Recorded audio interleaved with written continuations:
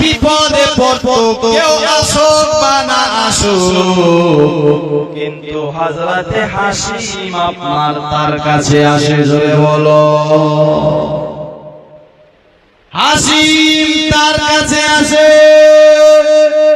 মানুষের উপকার করে যায় মুসলমান ভাই।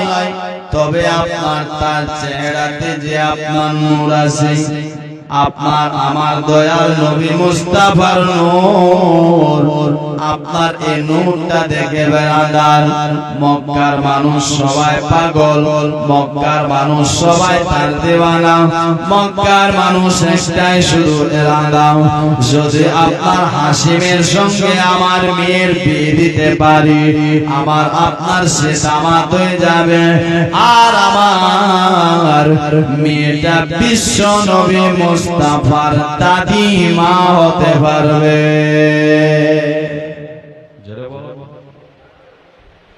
আমার বেটি দাদি হতে পারবে, পরদাদি।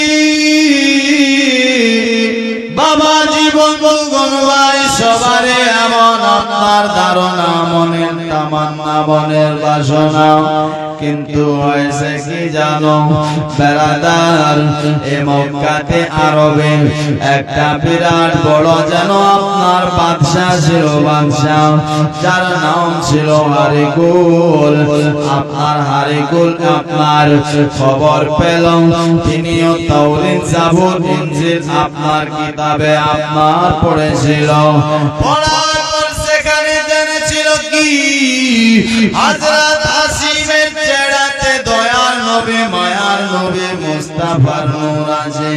বাবাজি আপনার তিনারও মনে স্বপ্ন, বেরাদার তার একটা বেটি আছে, বেটিটা অনেক সৌন্দর্য আছে, বেটি অনেক দেখতে ভালো ছিল, বেটিটা দেখতে খুব সৌন্দর্য ছিল, যার কারণে হয়েছে কি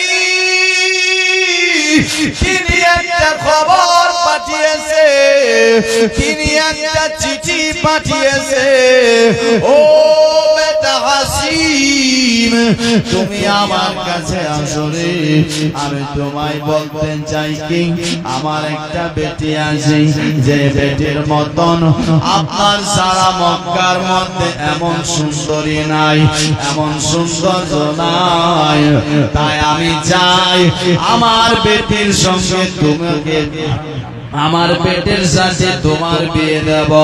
দোস্ত বন্ধুগণ ভাই, পেটের সঙ্গে বিয়ে দিতে চাই, কিন্তু মুসলমান ভাই এ বেরাদার বিয়ে তো দিতে চাই, কিন্তু আবার বেরাদার তিনি বলছে কি ও হাসিম আমি তোমার সাথে বিয়ে দিতাম না, একটাই কারণে রাজি হয়েছি, আমি দেখেছি শুনেছি তোমার চেহারাতে নাকি বিশ্ব নবীর নূর আছে।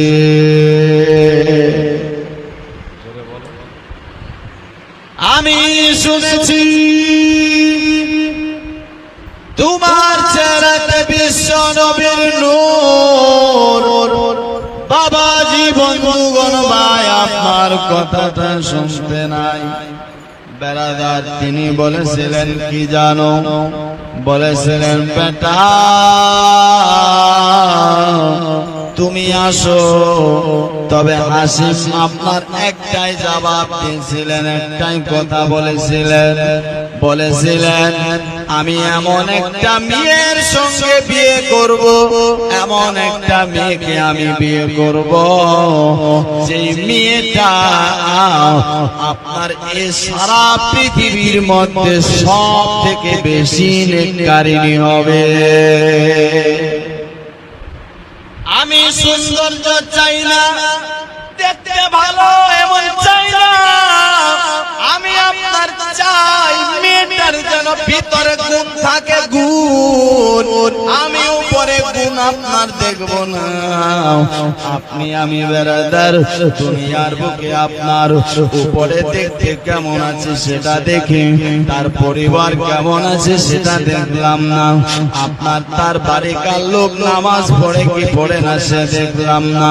সে বাড়িতে সুদ খায় নাকি সেটা দেখলাম না। বাড়িতে লটারি কাটে নাকি সেটা দেখলাম না। বাড়িতে চুরি চামারি করে নাকি সেটা দেখলাম না। আপনি আমি কি দেখি?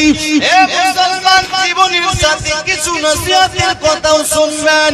কেন ব্রাদার, আপনি আমি যখন রিশতা করতে যাই তখন আপনি আমি কি দেখি? লোকটার টাকা কেমন আছে, লোকটার গৃহস্থী পাতি কেমন আছে, জমি জায়গা কেমন আছে, লোকটা কয়তলা বিল্ডিং বাড়ি দিয়েছে, আপনি আমি এটা দেখি।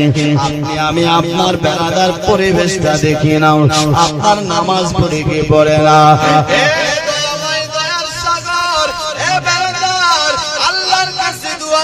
আল্লাহ যেন এমন রিশতেদার আপনাকে আমাকে উনা দেয়, এমন রিশতেদার যেন আপনাকে আমাকে দেয় মুসলমান, যেন যে রিশতার যার সাথে রিশতা হবে সে যেন এক আল্লাহর ইবাদত করে। যে বাড়িতে আপনার হারামকে হারাম বুঝে না, হালালকে হালাল চিনে না, এমন বাড়িতে আপনার রিশতা করে কিছু লাভ হবে না। মুসলমান ভাই আসুন, আপনার তিনি আপনার বলছে কি, আমি এমন একটা বাড়িতে রিশতেদারি করব, সৌন্দর্য দেখব, তবে উপরের সৌন্দর্যটা দেখব না, যার গুণ আপনার দিলের মধ্যে এক আল্লাহর আছে। এমনই একটা মেয়েকে বিয়ে করব। মুসলমান ভাই আপনার কথাটা শুনে আপনার যাই হোক না কেন বাড়িতে গেল থেকে একদিন রাত্রে বেলা আপনার আরাম করতেছে, রাত্রে বেলা ঘুমিয়ে গেছে। ঘুমন্ত অবস্থাতে হযরতে হাসিম যেন স্বপ্ন দেখতেছে, স্বপ্ন দেখতেছে, স্বপ্নের মাধ্যমে যেন তার বিয়ে হয়ে গেল। বিয়ে সুন্দর একটা মেয়ে, মেয়েটাকে জিজ্ঞেস করলো, মেয়েটা তোমার নাম কি? তো মেয়েটা বলেছিলেন আমার নাম হলো সালমা।